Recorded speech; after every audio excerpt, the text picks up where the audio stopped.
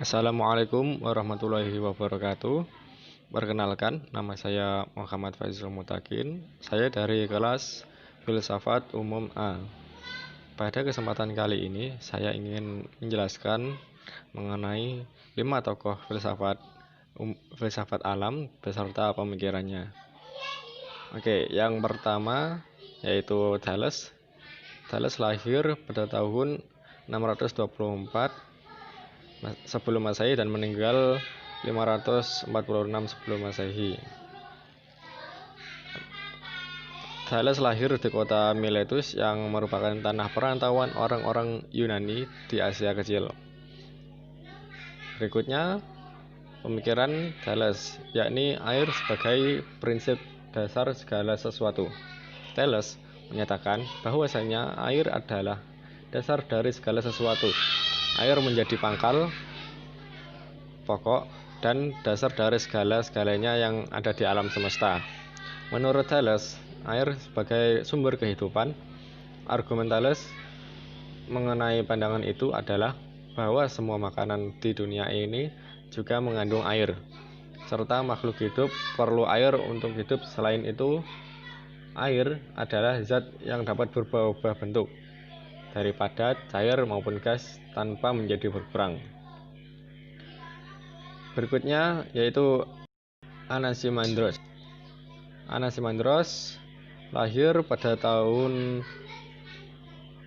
546 sebelum Masehi dan meninggal pada tahun 610 sebelum Masehi. Pada saat umur 63 tahun, Anaximandros mengikuti Olimpiade yang ke-58 yang dilaksanakan pada tahun 547 atau sampai 546 sebelum Masehi. Anaximandros dikatakan sebagai orang yang pertama kali membuat peta bumi. Kemudian pemikiran Anaximandros adalah to apeiron sebagai prinsip segala sesuatu. Meskipun Anaximandros merupakan murid Thales, tetapi dia terkenal justru karena mengkritik pandangan gurunya mengenai air sebagai prinsip dasar segala sesuatu. Menurutnya, bila air merupakan prinsip dasar segala sesuatu, maka seharusnya air terdapat di dalam segala sesuatu dan tidak ada lagi zat yang berlawanan dengannya. Namun kenyataannya, air dan api saling berlawanan, sehingga air bukanlah zat yang ada di dalam sesuatu. Kemudian Anaximenes. Anaximenes adalah seorang filsuf yang berasal dari kota Miletos, sama seperti Thales dan Anaximandros. Tentang riwayat hidupnya tidak banyak diketahui. Anaximenes mulai terkenal sekitar tahun 545 sebelum Masehi, sedangkan tahun kematiannya diperkirakan sekitar tahun 528 atau 526 sebelum Masehi. Pemikirannya adalah udara sebagai prinsip dasar segala sesuatu. Salah satu kesulitan untuk menerima filsafat Anaximandros tentang to apeiron yang metafisik adalah bagaimana menjelaskan hubungan saling mempengaruhi antara metafisik dengan yang fisik. Tidak seperti air yang terdapat di api atau pemikiran Thales, udara merupakan zat yang terdapat di dalam semua hal, baik api, air, manusia, maupun segala sesuatu. Udara adalah zat yang menyebabkan seluruh benda muncul, telah muncul, atau akan muncul sebagai bentuk lain. Kemudian pemikirannya tentang alam semesta.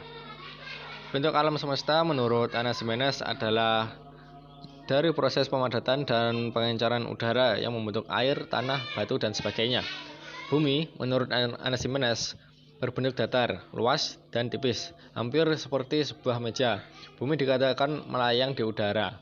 Sebagaimana daun melayang di udara, benda-benda langit seperti bulan, bintang, dan matahari juga melayang di udara dan mengelilingi bumi. Kemudian tentang jiwa. Jiwa adalah yang mengontrol tubuh dan menjaga segala sesuatu pada tubuh manusia bergerak sesuai dengan yang seharusnya. Karena itu, untuk menjaga kelangsungan jiwa dan tubuh. Kemudian Parmenides. Parmenides adalah seorang filsuf dari mazhab Elea. Arti nama Parmenides adalah terus stabil atau penampilan yang stabil. Di dalam mazhab Elea, Parmenides merupakan tokoh yang terkenal. Pemikiran filsafatnya bertentangan dengan Herakleitos, sebab ia berpendapat bahwa segala sesuatu yang ada tidak berubah.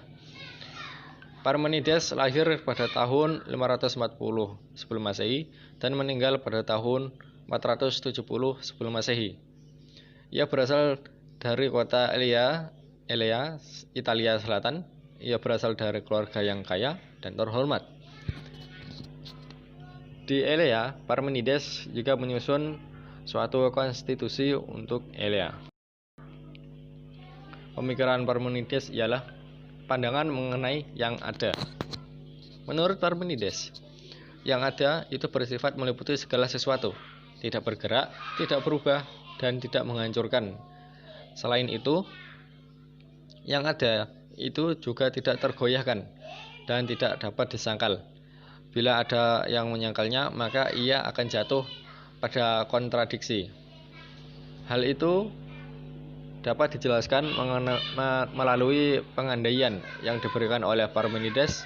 Pertama, orang yang mengatakan bahwa yang ada itu tidak ada. Kedua, orang dapat mengatakan bahwa yang ada dan yang tidak ada itu bersama-sama ada. Kedua pengandaian ini mustahil. Pengandaian pertama mustahil, sebab yang tidak ada tidak dapat dipikirkan dan tidak dapat dibicarakan. Yang tidak ada tidak dapat dipikirkan dan dibicarakan. Pengandaian kedua merupakan pengandaian dari Herakleitos. Bagaimana ini juga mustahil, sebab pengandaian kedua menerima pengandaian pertama bahwa yang tidak ada itu ada. Padahal pengandaian pertama terbukti mustahil.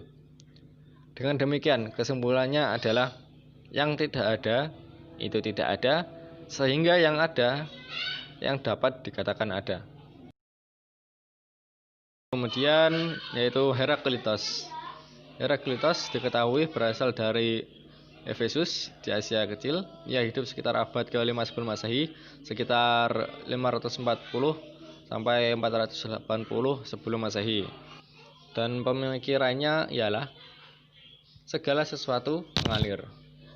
Pemikiran Herakleitos yang paling terkenal adalah mengenai perubahan-perubahan di alam semesta. Menurut Herakleitos, tidak ada satupun hal di alam semesta yang bersifat tetap atau permanen. Ia terkenal dengan ucapannya Pancarei Kai Uden Menei, yang berarti semuanya mengalir dan tidak ada satupun yang tinggal tetap. Perubahan yang tidak ada henti-hentinya itu dibayangkan Herakleitos dengan dua cara. Pertama, seluruh kekayaan yang ada seperti aliran sungai yang mengalir. Maksudnya, di sini air sungai selalu bergerak sehingga tidak pernah seseorang turun di air sungai yang sama dengan sebelumnya. Kedua, ia menggambarkan seluruh kenyataan dengan api. Api senantiasa mengubah apa saja yang dibakarnya menjadi abu dan asap. Tetapi api tetaplah api yang sama. Karena itu, api cocok untuk melambangkan kesatuan dalam perubahan. Kemudian logos. Logos adalah rasio yang menjadi hukum yang menguasai segala-galanya dan menggerakkan segala sesuatu termasuk manusia. Kemudian segala sesuatu berlawanan. Menurut Herakleitos, tiap benda terdiri dari yang berlawanan. Meskipun demikian, di dalam perlawanan terdapat kesatuan. Singkatnya, dapat dikatakan bahwa yang satu adalah banyak dan yang banyak adalah satu. Perbedaan dengan Herakleitos dan Anaximenes mengatakan pertentangan tersebut sebagai ketidakadilan. Sedangkan Herakleitos menyatakan bahwa pertentangan adalah prinsip keadilan. Mungkin itu dari saya. Kurang lebihnya mohon maaf. Wassalamualaikum warahmatullahi wabarakatuh.